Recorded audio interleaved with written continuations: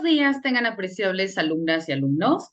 Es un placer para su servidora en esta ocasión poder llevar a cabo la disertación de nuestra segunda sesión virtual de la materia que lleva por nombre Derecho Internacional Público. Y para ello vamos a dar continuidad a los temas que debidamente estábamos analizando dentro de nuestra sesión pasada. Y si bien es cierto, donde hablábamos pues del concepto, del origen y de la ubicación del derecho internacional público, cómo forma o cómo se interpreta esta forma descentralizada y específica, cómo se integra dentro de una comunidad internacional, cuáles son en la constitución de los estados, de las organizaciones internacionales, y para ello, bueno, también vamos a retomar propiamente cuáles son las fuentes, el espacio y los sujetos y los órganos de representación del derecho internacional público, y también en ese mismo sentido hablaremos del derecho internacional humanitario, ¿verdad? Y por tanto, para que nosotros podamos aludir al proceso de la formación de las normas internacionales, tradicionalmente vamos a recorrer, ¿no? Este concepto de fuentes de derecho internacional primeramente, para luego entonces aterrizarlo dentro del derecho internacional público, ¿verdad? Ya que si bien es cierto, el derecho internacional público se aplica de una manera un tanto distinta al derecho interno, porque la comunidad internacional carece, como ya dijimos, ¿no?, de un poder superior político a los estados con competencias legislativas y por tanto, pues esta capacidad para poder dictar normas obligatorias para ellos, pues no es en ese sentido como una instancia garante para ellos, ¿verdad? Por tanto, la determinación de cuáles son las normas de derecho internacional público que van a regir en un momento dado las relaciones de los sujetos de derecho internacional, pues es de gran importancia para el ejercicio de una formación diplomática o para poder también celebrar acuerdos internacionales o para también poder como país adecuarse o acatar todo lo que se va a suscribir dentro de estos tratados, ¿verdad?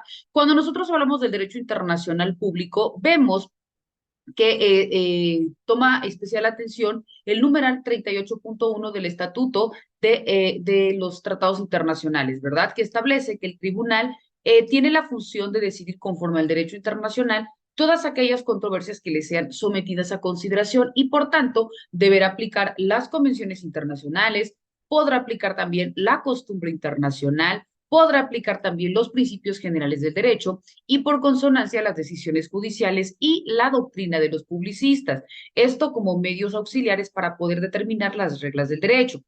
Es importante señalar que dentro de estos reconocimientos, pues también debe tomarse en consideración que en primer lugar se debe recordar que este estatuto de los tratados internacionales es aceptado generalmente por los estados miembros de la Organización de las Naciones Unidas, ya que si bien es cierto forma parte de la Carta de la Organización, ¿no? O de su constitución. Y en segundo lugar vemos que ciertos sectores de la doctrina consideran que los únicos procedimientos de creación de normas internacionales que poseen esta autonomía son los procedimientos consuetudinarios y también a la par los procedimientos convencionales. Y finalmente aparece la jurisprudencia y la doctrina, que serían, por tanto, medios auxiliares. No obstante, las especiales características dentro de un ordenamiento jurídico internacional confieren esa importancia extranjera. También es importante recordar que, como lo establece el artículo 38.1, ¿no?, de estos tratados, no utiliza números, sino más bien letras para poder mencionar las distintas fuentes que posee, porque no existe un orden jerárquico, ¿verdad? Todas se encuentran en igualdad de circunstancias. Los únicos criterios aplicables en caso de conflictos entre fuentes, pues serían la del lex posterior, ¿no? La lex posterior derogat, lex anterior, es decir, el que de las normas particulares prima sobre la ley general, ¿no? En todo caso, bueno, la excepción a estos criterios de las normas imperativas o el jus cogens va a ser el que prevalezca en todo momento. Y por consonancia también, bueno, cuando nosotros hacemos referencia a estas fuentes, vemos que faltan los actos unilaterales y también las resoluciones de las organizaciones internacionales que puedan crear en un momento dado derechos y también se puedan sujetar a las obligaciones internacionales para con los estados. Retomando, pues vamos a citar la primer fuente, que es la costumbre. Cuando hablamos de la costumbre, tradicionalmente el derecho internacional ha sido un derecho fundamentalmente consuetudinario, pero vemos que en la actualidad la costumbre sigue siendo relevante en nuestro ordenamiento porque la actuación de los estados dentro de las organizaciones internacionales y sobre todo en el seno de la Asamblea General de las Naciones Unidas es una expresión en el consenso o convicción jurídica dentro de la comunidad internacional. Por tanto, vemos pues que la costumbre es un procedimiento de creación espontánea no formalizada de normas del derecho internacional público, que surge por la repetición constante de conductas uniformes de sus sujetos a lo largo de un tiempo, ¿no? Lo que hemos dicho que la costumbre es una práctica reiterada, transgeneracionalmente aceptada dentro de una colectividad, ¿verdad?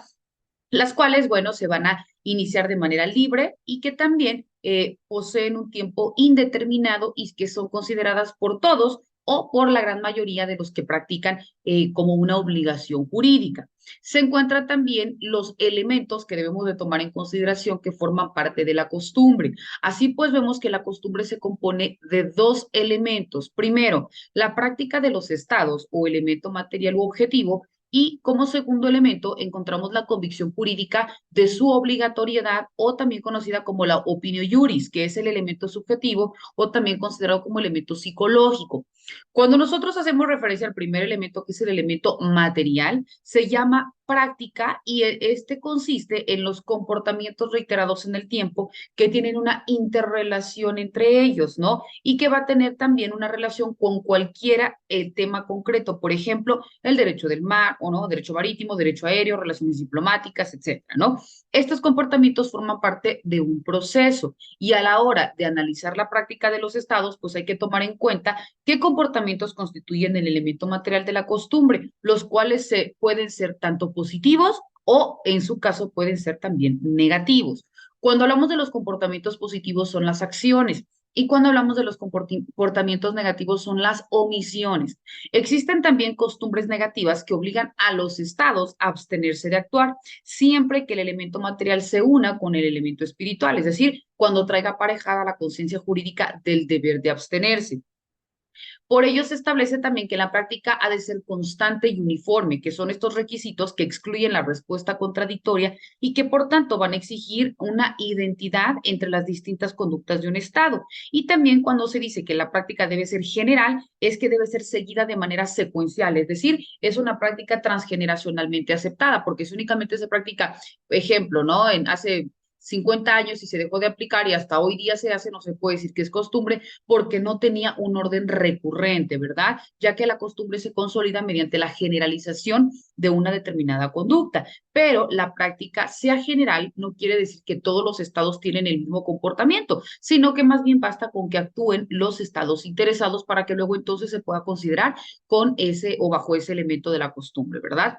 La formación de una costumbre internacional requiere el transcurso de un determinado periodo de tiempo para que se consolide la práctica o el elemento material y también se cristalice la opinión juris. Sin embargo, para que esto ocurra, pues no es necesaria una práctica muy antigua, ya que cada vez vemos que se forman las costumbres internacionales mucho más rápidas para que respondan a todas aquellas necesidades de dinamismo y también de fluidez emanadas de las relaciones internacionales, ¿verdad?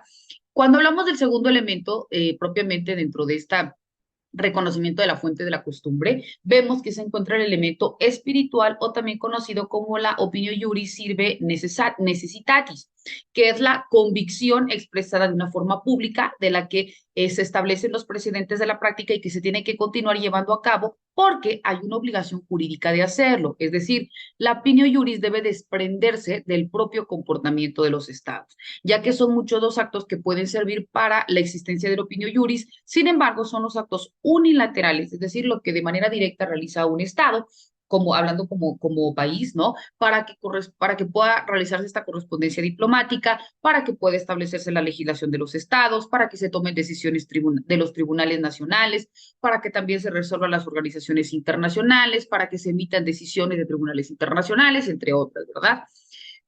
Cuando nosotros también continuamos hablando de la costumbre, existen clases de costumbre.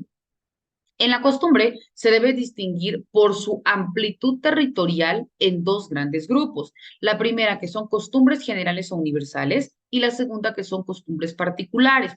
Dentro de estas costumbres particulares, vemos que también es importante diferenciar aquellas que únicamente se abocan a las costumbres particulares regionales y a las costumbres particulares locales o también llamadas bilaterales.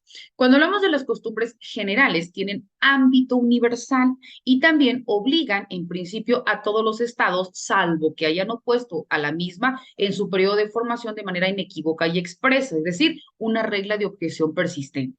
Por ello, el litigante que se oponga a que se le aplique una costumbre general, pues ha de aprobar que la rechazó en el periodo de formación, recayendo sobre él la carga de la prueba, ¿verdad? Dentro de las costumbres particulares podemos hablar de las costumbres regionales. Estas van a ser entendidas como aquellas que han nacido entre un grupo de estados, pero que poseen características muy particulares, que en este sentido, bueno, también es una forma de reconocimiento y estas referidas costumbres, en caso de un litigio internacional, pues habrán de probarse por parte de quien los alega, ¿no? De quien hace argumentación en su favor. Igualmente encontramos también las costumbres de carácter local y esto es donde su ámbito de aplicación es mucho más reducido y puede llegar a afectar únicamente a dos estados, ¿verdad?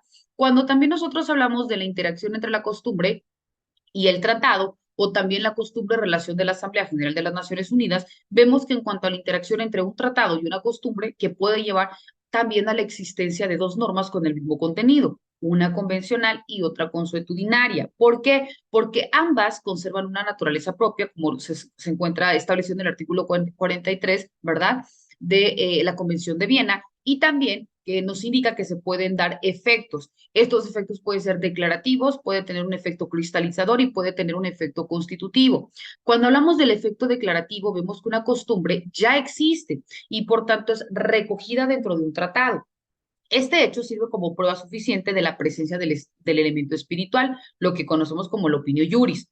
Cuando se hace referencia al elemento cristalizador, existe una norma consuetudinaria en vías de formación y por tanto recibe el impulso final, que es el elemento espiritual, a través de un tratado que en un momento dado pues la va a tomar o la va a recoger. Y por último, que es el elemento constitutivo o también conocido como elemento generador, en donde vemos que ciertas disposiciones de un tratado pues se convierten en un modelo de conducta subsiguiente de los estados dentro de un plano consuetudinario dado ya sea dando lugar a una norma de derecho internacional consuetudinario si la práctica es posterior o también puede ser suficientemente constante y uniforme. Por tanto, al igual que ocurre con los tratados internacionales, las resoluciones de la Asamblea General pueden tener los mismos tres efectos sobre la costumbre, declarativo, cristalizador y consuetudinario. Así vemos pues que lo ha reconocido la jurisprudencia internacional. Otro de los elementos también importantes a reconocer son los actos unilaterales del Estado. Cuando hablamos de estos actos, la Comisión de Derecho Internacional se viene ocupando de las cuestiones de los actos unilaterales desde 1997 y específicamente en el año 2006 aprueba los principios rectores aplicables a las declaraciones unilaterales de los estados que van a tener esta capacidad para poder crear obligaciones jurídicas, pero también para poder emitir comentarios. Estos actos unilaterales son manifestaciones de voluntad de un solo sujeto de derecho internacional y la validez no depende en principio de otros actos unilaterales y tiende a producir efectos para el sujeto que le emite, pero también para los terceros en determinadas circunstancias.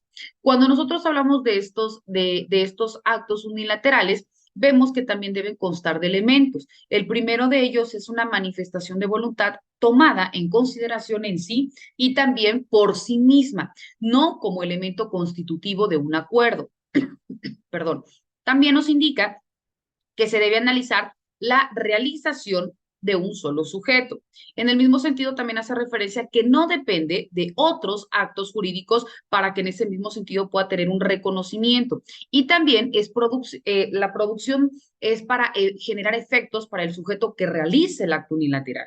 En cuanto al sujeto autor de este acto, hay que resaltar que el consentimiento es obligarse o emanar de un órgano del Estado para que tenga esta capacidad vinculante de manera internacional y por tanto deben todas las demás estados ser partícipes o estar conforme con esta manifestación. Existen clases de actos unilaterales como pueden ser el reconocimiento, la renuncia, la notificación o también la promesa. Cuando hablamos del primero de ellos, que es el reconocimiento, nos indica que una declaración universal o unilateral de voluntad por medio de un sujeto de derecho internacional consta por medio de la existencia de un hecho, ya sea también de una situación o de una pretensión, y que va a expresar una voluntad de poder considerarlas como legítimas. Este reconocimiento se emplea con gran frecuencia ya que abarca tanto la constatación de la existencia de hechos como también el nacimiento de un Estado o, en su defecto, de un cambio de gobierno. También puede generar situaciones como puede ser la guerra o una pretensión de terceros, o también la ampliación del mar territorial o efectos de pesca o cualquier otra situación, pero que también vemos que entra dentro del rubro de reconocimiento. Otro de los elementos que puede generar un acto unilateral es la renuncia. La renuncia vemos que es esta manifestación de voluntad de un sujeto que va dirigida a abandonar un derecho o poder propio con la finalidad de provocar su extinción. Vemos que un subtipo de renuncia es el desistimiento, donde basta únicamente que se emplee en el campo del derecho procesal internacional, y también se encuentra reconocido en el reglamento y en los tratados internacionales, que están previsto propiamente el desistimiento dentro de un proceso de un procedimiento de derecho internacional, y de él hace uso también los tribunales. Por consiguiente, encontramos la notificación. Cuando hablamos de la notificación, vemos que es aquel acto por el cual se opone el consentimiento de un tercero en un hecho o en una situación o en una acción o en un documento, ¿no? Dentro de él se pueden derivar también efectos jurídicos y será consecuencia considerado como jurídicamente conocido por aquel al que va dirigido. Y por último encontramos la promesa. Cuando hablamos de la promesa, es esta manifestación de voluntad de un Estado que va destinada a asumir una determinada conducta, ya sea de hacer o, en su defecto, de no hacer, dentro de estas relaciones con los otros estados respecto de una situación en particular. Un ejemplo es la promesa de las antiguas autoridades soviéticas, ¿no?, de no usar en primer lugar las armas nucleares. Vemos que también se encuentra el derecho de las organizaciones internacionales, que también es conocido por sus siglas OOII, ¿verdad?, que también son sujetos de derecho internacional derivados, creados generalmente por estados a través de los tratados internacionales. Estos están dotados de una estructura institucionalmente y que están creados de manera permanente e independiente, y a través de procedimientos de complejidad variable, en donde van a elaborar una voluntad jurídica propia que va a ser completamente distinta de las de sus estados miembros, y que van a ser destinadas para realizar las competencias que les hayan sido atribuidas y alcanzar los objetivos que les son fijados, ¿verdad?, dentro de la normativa para la cual se crearon. Para poder determinar en cada caso el alcance de la competencia normativa de estas organizaciones, debe forzosamente examinar sus reglas dentro de la Constitución, y también ver si tienen carácter general, y por tanto se puede afirmar que es un medio de concertación de tratados con otros sujetos de derecho internacional, y que a través de los actos jurídicos unilaterales de la propia organización son imputables a esta en cuanto son sujetos propios, independientes de los estados que la forman. Algunos de estos actos unilaterales de las organizaciones pueden producir efectos jurídicos obligatorios y, por tanto, crean directamente normas internacionales que constituyen una fuente del derecho internacional. Por consiguiente, encontramos también los principios generales del derecho. Cuando hablamos de estos principios generales del derecho, vemos que son aquellos que se van a relacionar con aquellos supuestos en donde los jueces no pueden dictar sentencias sobre un litigio porque no existen normas jurídicas aplicables, y por tanto, tal y como señala algunos autores, ¿no?, se les reconocen a los jueces una función creadora de la norma, o bien se les puede autorizar para que apliquen principios generales que van a ser derivados del ordenamiento jurídico que en un momento dado pues permita dictar esta sentencia. En este caso, bueno, un sector de la doctrina, que son los positivistas, consideran que los principios generales del derecho, si bien es cierto, no son una fuente autónoma del derecho internacional, sino que más bien se deducen de los tratados y también de las normas consuetudinarias. Al respecto, los naturalistas estiman que, en cambio, la inclusión de los principios generales del derecho dentro del artículo 38 del Estatuto de los Tratados Internacionales supone el reconocimiento de que deben existir principios generalmente universales reconocidos, ya sea para la práctica estatal y la jurisprudencia internacional, que va a hacer referencia continua a estos principios, donde proceden primero los ordenamientos jurídicos internos y en este se controla la prohibición del abuso del derecho, la responsabilidad internacional nacida de un hecho ilícito, pero también existen principios propiamente internacionales. Así pues, encontramos el principio de primacía del Tratado Internacional sobre la ley interna, el principio de continuidad del Estado, ¿no?, así como también la regla del agotamiento de los recursos internos antes de poder acudir a una vía jurisdiccional internacional para poder dirimir la litis. También encontramos en el mismo sentido la doctrina.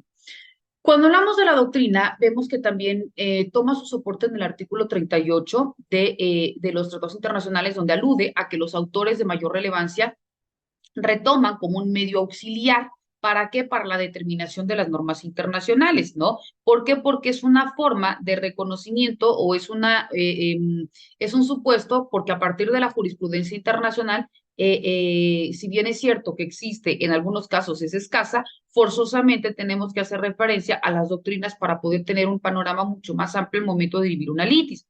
Las asociaciones de juristas dentro del ámbito internacional también ocupan un lugar especial en la doctrina y, por tanto, merece destacarse el Institut de Droit International y la International Law Association, junto con el Instituto Hispano y Uso de Derecho Internacional, donde emiten los trabajos de la Comisión de Derecho Internacional, que también se sopesan o se encuentran en este mismo rango de importancia.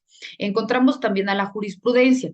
Cuando nosotros hablamos de la jurisprudencia, se deben de tomar en cuenta que las sentencias internacionales tienen un valor jurídico de poder constituir un precedente dentro de la práctica de los estados y, por tanto, deben ser tomadas en consideración como un medio de prueba de las normas consuetudinarias y también de los principios generales del derecho.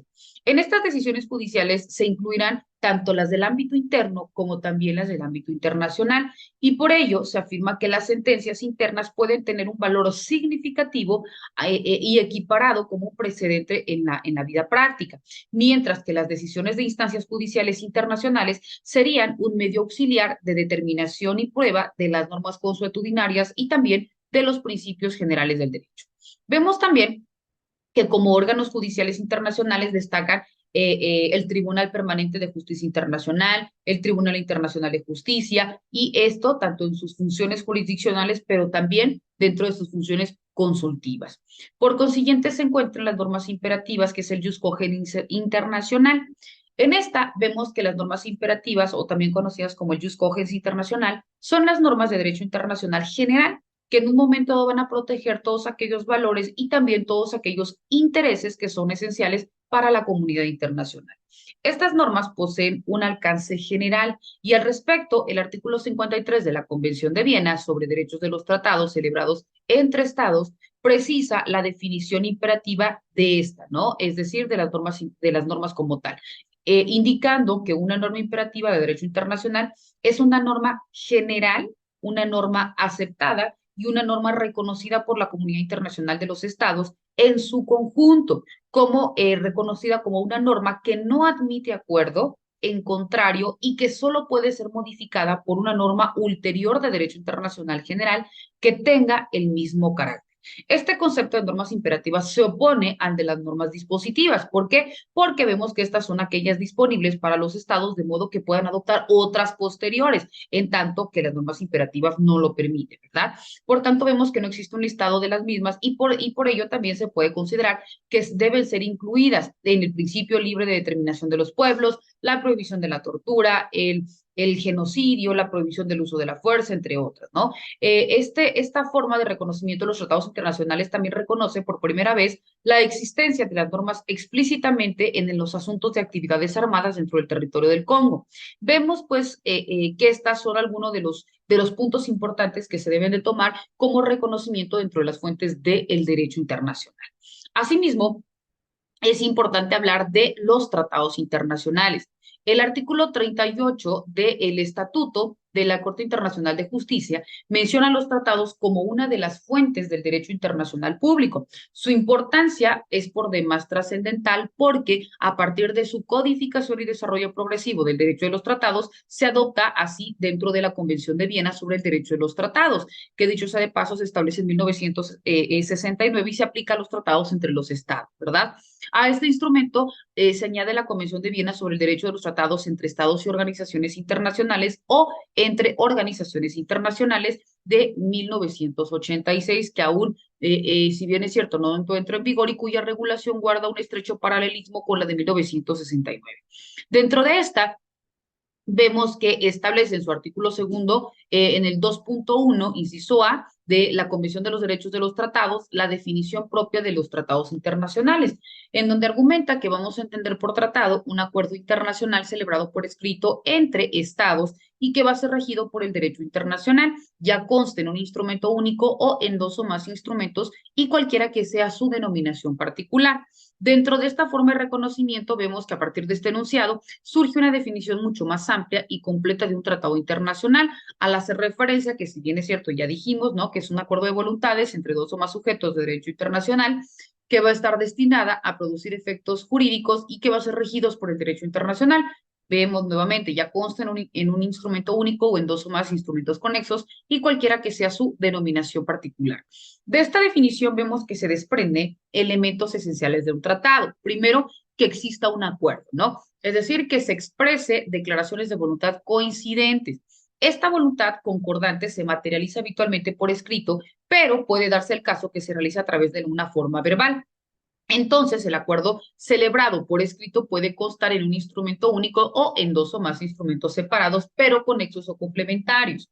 Otro de los elementos o de las características que también emanan de esta definición es que debe ser celebrado entre al menos dos sujetos de derecho internacional junto a los estados, en donde la capacidad para celebrar tratados se reconoce a otros sujetos de derecho internacional como las organizaciones internacionales. En cambio, los concluidos entre personas privadas, individuos, organizaciones no gubernamentales, sociedades y asociaciones o entre estados y personas privadas vemos que no son tratados internacionales.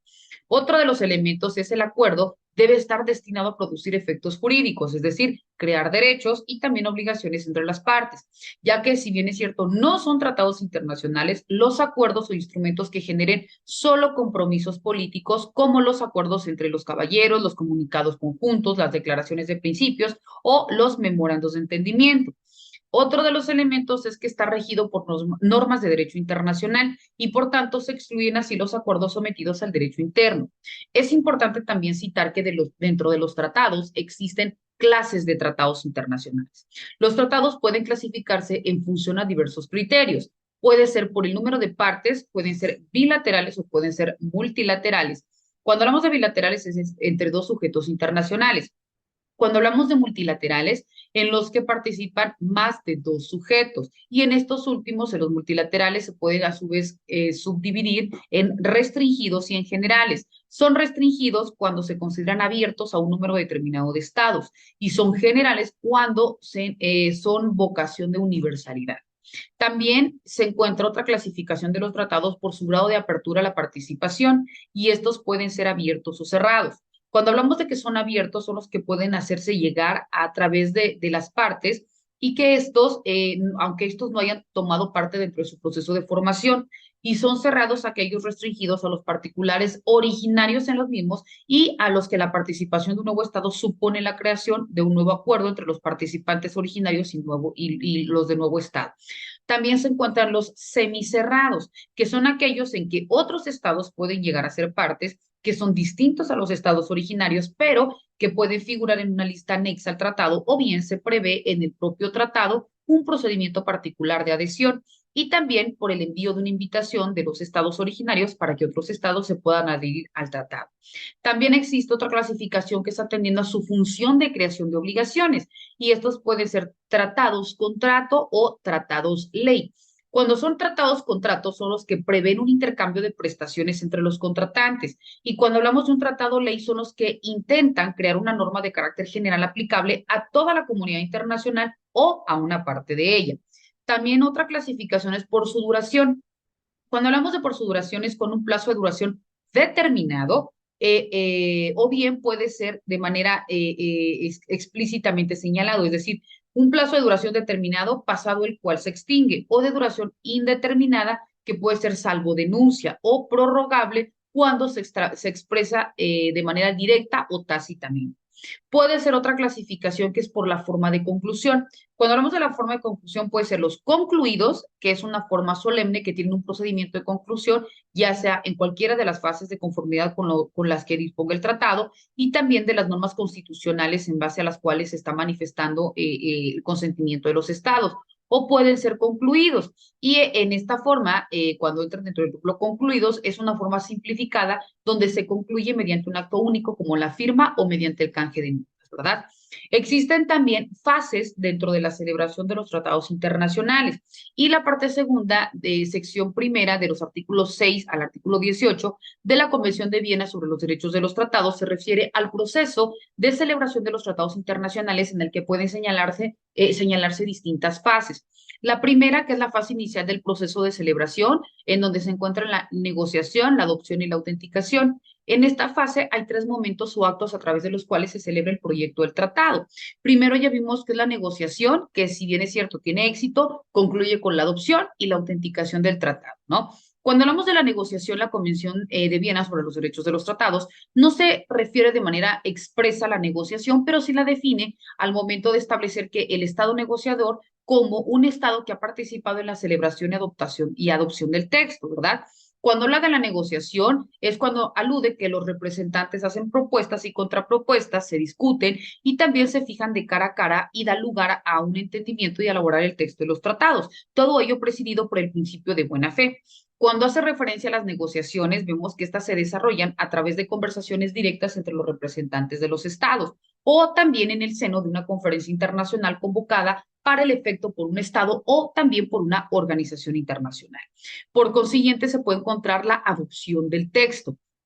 Cuando hablamos de la adopción del texto, es el acto por el cual los estados negociadores expresan que el texto negociado en el convenio, esto es, expresan su acuerdo sobre el mismo. Y por tanto, la Convención de Viena sobre los Derechos de los Tratados, dentro de su numeral 9, hace referencia a estos procedimientos para la adopción del texto, en donde indica que en el caso de un tratado bilateral o multilateral restringido, la adopción de texto se efectuará por el consentimiento de todos los estados participantes en su elaboración. Si se adopta el texto en el seno de una conferencia internacional, se efectuará por la mayoría de los 2/3 de los estados presentes y votantes, a menos que estos estados decidan por igual mayoría aplicar una regla diferente. Y también, si el texto se adopta en el seno de un órgano de una organización internacional, operan las normas de esta organización, siendo la regla general la mayoría de votos, ¿verdad? Por consiguiente, se encuentra la autenticación del texto. Cuando hablamos de la autenticación del texto, es aquel acto por el cual los estados negociadores acuerdan que el texto adoptado es el texto auténtico y definitivo del tratado, en donde la Convención de Viena sobre los Derechos de los Tratados, en su numeral 10, establece cuáles van a ser las formas de autenticar el Estado, que puede ser mediante el procedimiento acordado por los estados negociadores, manifestando el propio texto o al margen de este. Puede ser también a falta de este procedimiento mediante la firma ad referéndum o rúbrica, y también esta deberá ser puesta por los representantes de esos estados dentro del texto del tratado o en el acta final de la conferencia en la que figure el texto. En estas dos formas últimas, la firma ad referéndum sujeta a confirmación o también la rúbrica se emplean habitualmente cuando el representante carece de poder suficiente o de autorización para firmar. Y por último, en los tratados adoptados dentro del seno de una organización internacional, la práctica muestra que es frecuente que la autenticación se efectúe con la incorporación del texto como anejo a una resolución de un órgano que se adopta. Después vemos la siguiente fase, que es la fase final del proceso de celebración, en donde se establece la manifestación del consentimiento. La presentación del consentimiento en obligarse por el tratado transforma al Estado negociador en parte contratante, haya o no entrado en vigor el tratado, y en parte cuando respecto a este Estado el tratado está en vigor. Al respecto, la Convención de Viena sobre los Derechos de los Tratados, en su artículo 11, establece una pluralidad de formas en manifestar el consentimiento, en una lista no cerrada, en donde da libertad a una elección a los negociadores y con igualdad en cuanto a su efecto obligatorio. Como formas más solemnes se prevé la ratificación, la aceptación, la aprobación y también la adhesión. Como procedimientos abreviados para obligarse, se establece la firma y el canje de instrumentos constitutivos dentro de un tratado. La ratificación, pues, se va a realizar con la aparición del constitucionalismo expresa, a través del cual el acto de autorización del Parlamento al Poder Ejecutivo para que éste pueda manifestar el consentimiento del Estado en poder obligarse a un tratado. La firma y el canje de instrumentos constitutivos del tratado son procedimientos abreviados de manifestación del consentimiento. La firma puede constituir a su vez el medio de autenticación del texto y también de manifestación del consentimiento. El canje de instrumentos, el tratado no consta en un instrumento único, sino en dos o más. cartas o notas que se intercambian un representante diplomático y también del ministro de Asuntos Exteriores del Estado, en el que se represente y que se encuentre debidamente acreditado, ¿verdad? A estas formas hay que también añadir la firma o la confirmación formal, donde las propias organizaciones internacionales lo validan y también que hacen equiparable a una forma de ratificación. La fase final del proceso conduce a la entrada en vigor del tratado, según lo establece el artículo 24 de la Convención de Viena sobre los Derechos de los Tratados, y siendo a partir de este momento cuando es obligatorio para las partes y, por tanto, producen los efectos jurídicos, ¿verdad? Es decir, empieza a generar los derechos, pero también empiezan a generar todas aquellas obligaciones emanadas de este mismo tratado. De igual forma, es importante señalar que existen órganos competentes para la celebración de los tratados internacionales según el derecho internacional, que son estos órganos competentes para la celebración y donde la Convención de Viena sobre los Derechos de los Tratados deja al derecho interno de cada Estado la regulación de los órganos estatales que intervengan en este proceso, limitándose a establecer en sus artículos 7º y 8º unas reglas respecto de quienes se consideran internacionalmente capacitados para obligar a un Estado por medio de un tratado.